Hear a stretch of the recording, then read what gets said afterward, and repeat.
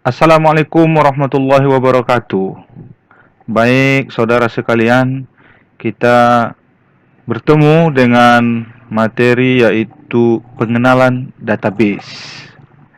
Nah, tentunya kita akan perlu mengetahui apa itu database, seperti apa kegunaan dari database, bagaimana kita bisa membuat sebuah database. Nah, tentunya kita akan mempelajari itu, mengenali database ini dari slide berikut ini. Mari kita perhatikan. Nah, untuk sampai kepada yang namanya database, ya, itu tersusun daripada karakter, ya. Dari karakter ini kemudian membentuk sebuah field data, kemudian menjadi sebuah record. Dari kumpulan-kumpulan record ini, maka menjadilah sebuah file, ya. Jadi sebuah file yang dari mana file yang terkumpul ini menjadilah sebuah database. Kita perhatikan dari bawah sampai ke atas. Paling bawah itu adalah karakter, dan yang paling atas itu adalah database. Nah, karakter apa itu? Yaitu bagian terkecil, dapat berupa numerik, bisa berupa huruf, bisa berupa angka. Maka itu adalah karakter. Kemudian field merupakan sebuah presentasi dari suatu atribut, ya, dari suatu atribut yang terdapat pada record, yang menunjukkan suatu item data, maka itu disebut sebagai field. Misal ada nama, alamat, dan lain sebagainya. Kumpulan dari field itulah yang kemudian membentuk record. Nah, kalau dikatakan record, maka itu adalah sebuah kumpulan dari field membentuk suatu record. Record menggambarkan suatu unit data individu tertentu, ya. Misalnya file personalia, file data mahasiswa, file data karyawan, file, ya. Maka kumpulan-kumpulan itu disebut sebagai susunan yang kemudian disebut sebagai record. Nah, kemudian membentuklah sebuah file. File itu adalah kumpulan dari record, ya, kumpulan dari record yang menggambarkan satu kesatuan data yang sejenis. Nah, misalnya file mata pelajaran, file data gaji karyawan, file data dosen, file data mahasiswa. Seperti itu, ya. Kemudian barulah membentuk sebuah yang namanya database. Apa itu? Yaitu kumpulan dari file atau tabel yang membentuk sebuah satu kesatuan data, maka disebut sebagai database. Berikutnya, contoh dari proses membentuknya sebuah database, ya, yang kita kenal dengan istilahnya jenjang data. Nah, di sini ada sebuah tabel yang tentunya terdiri dari kolom dan baris. Nah, kolom-kolom ini, ya, biasa kan kalau kita buat tabel data itu mulai dari nomor, nama mahasiswa misalnya, kemudian alamatnya, nomor HP-nya, tempat tanggal lahir, kan gitu, ya. Nah, maka diisi satu, mahasiswa namanya Hambali, tempat tanggal lahirnya Pematang Rambai, ya kan, 16 Agustus 1986, alamatnya Dusun 2, Desa Pematang Rambai, Kecamatan Nibung Hangus, Kabupaten Batubara. Nah, nanti mahasiswa kedua gitu juga, 2, 3, dan seterusnya, kan. Nah, maka yang kita sebut sebagai nomor, nama mahasiswa, kemudian alamat, tempat tanggal lahir, nomor HP itu tadi, itu kalau kita runut ke bawah ya, runut ke bawah begini ya, maka ini begini, ini kan, maka kolom-kolom itu disebut sebagai field. Kemudian data-data mahasiswa yang tadi mahasiswa nomor 1, nomor 2, nomor 3, maka itu disebut sebagai record.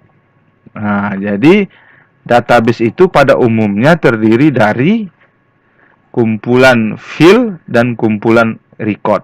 Yang mana semua tabel yang sudah terisi dengan data ini ya, maka membentuklah sebuah file.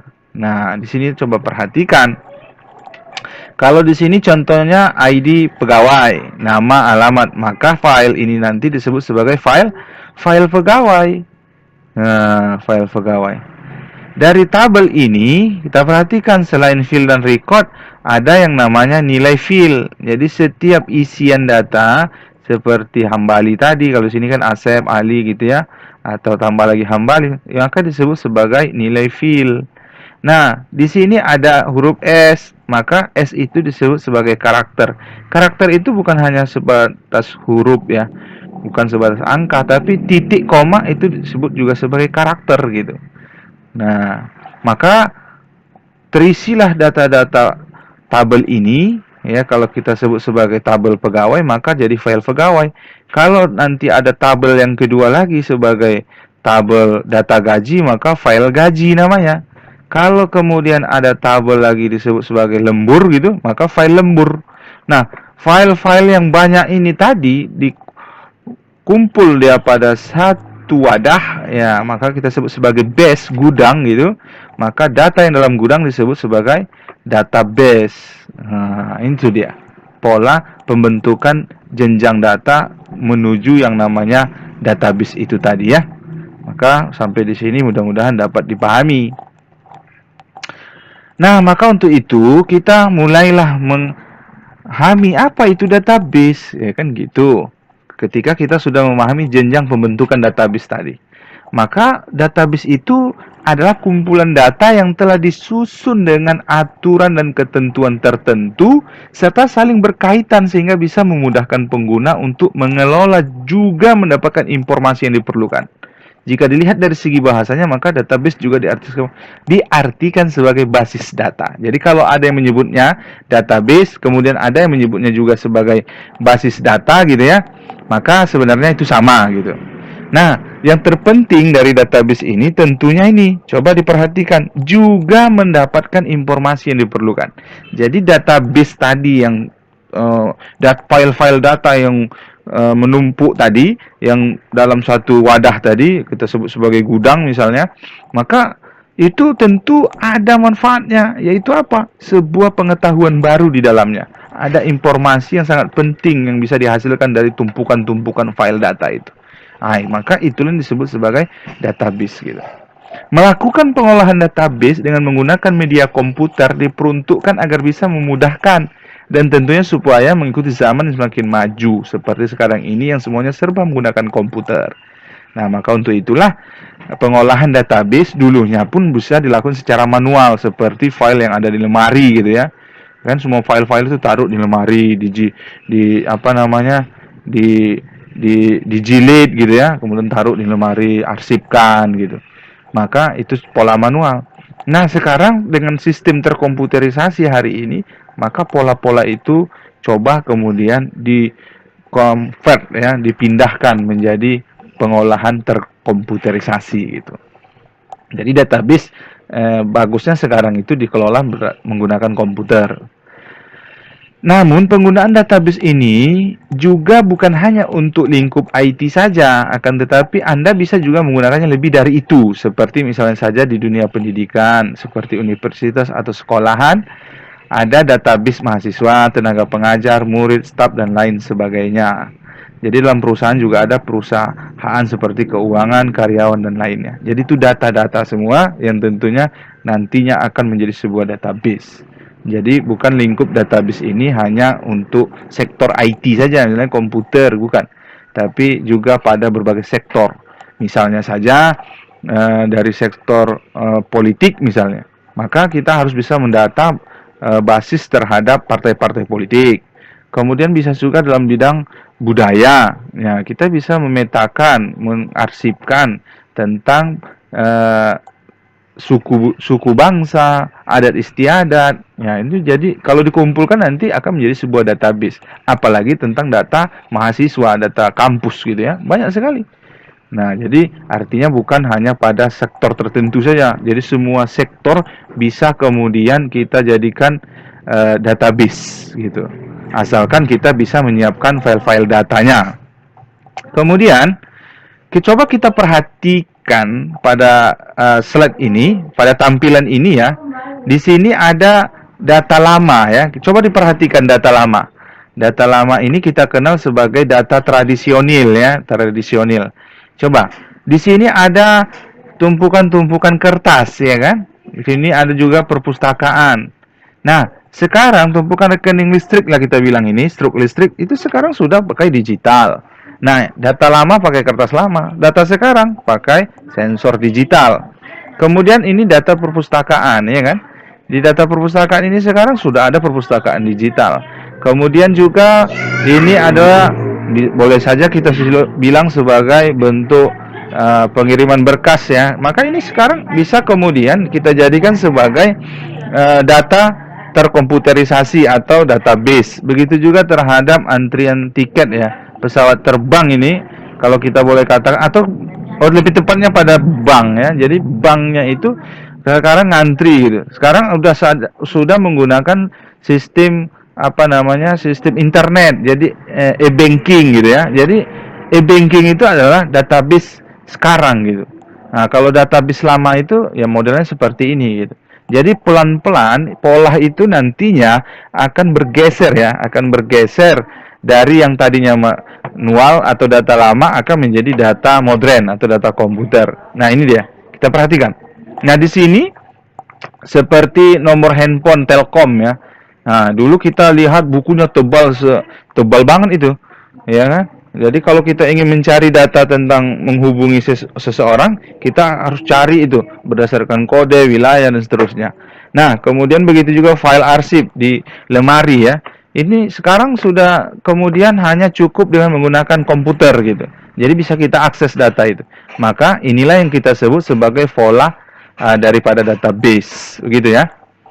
Nah, mari kita perhatikan. Database itu tentunya terdiri dari data. Ya kan? Tadi kan dari pola pembentukan database itu dimulai dari bawah itu adalah karakter ya kan? Nah, dari karakter sampai ke puncaknya itu database. Maka database itu sendiri secara garis besar komponennya terdiri dari data.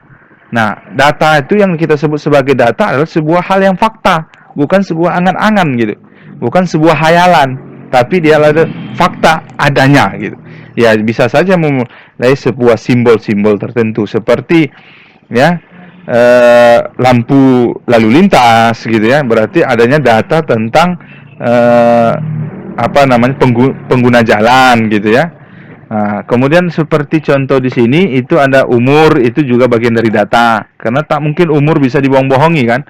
Umur orang itu udah pasti. Kemudian nilai tes juga nggak mungkin kan kosong gitu ya. Berarti kalau kosong dia tidak ikut tes. Kalau dia mengikuti tes sudah pasti ada nilainya. Maka itu disebut sebagai data. Nah, kemudian ada kode mata kuliah. Itu juga sebagai data. Ada nama orang tua, nama siswa, nama mahasiswa. Banyak sekali ya data.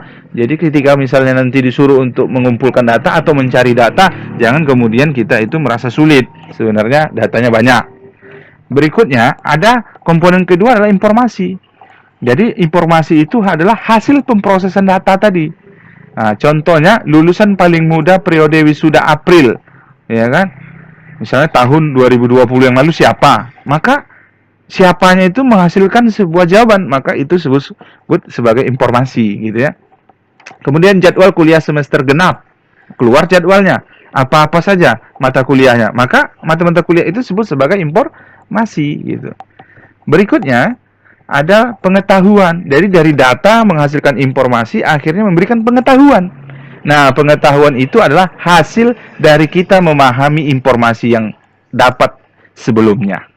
Nah, jadi database itu komponennya ada data di dalamnya, ada informasi yang kemudian memberikan pengetahuan bagi banyak orang, bagi pihak yang membutuhkan. Maka itu disebut sebagai database. Jadi database itu dengan demikian, karena dia memberikan sebuah informasi yang sangat penting bagi khalayak ramai, maka dia adalah hal yang sangat terpenting. Maka sangat perlu kita mengamankan yang namanya database itu gitu. Ya kalau boleh dibilang ada sebuah rahasia umum, data penting, ya itu boleh-boleh saja. Karena memang dia adalah sebuah pengetahuan, sebuah informasi yang sangat baru ya. Pengetahuan yang sangat bermanfaat bagi banyak orang. Nah, kalau kita bicara tentang data dan pengetahuan, mari kita perhatikan contoh berikut ini. Persediaan alat tulis untuk bulan Juli sama Agustus, rata-rata 2 kali persediaan bulan sebelum dan sesudah. Nah, kalau kita lihat dari pernyataan ini, persediaan alat tulis pada bulan Juli, ini kan data ini. Nah, rata-rata 2 kali persediaan bulan sebelum dan sesudah. Pengetahuan apa yang kita dapat di situ?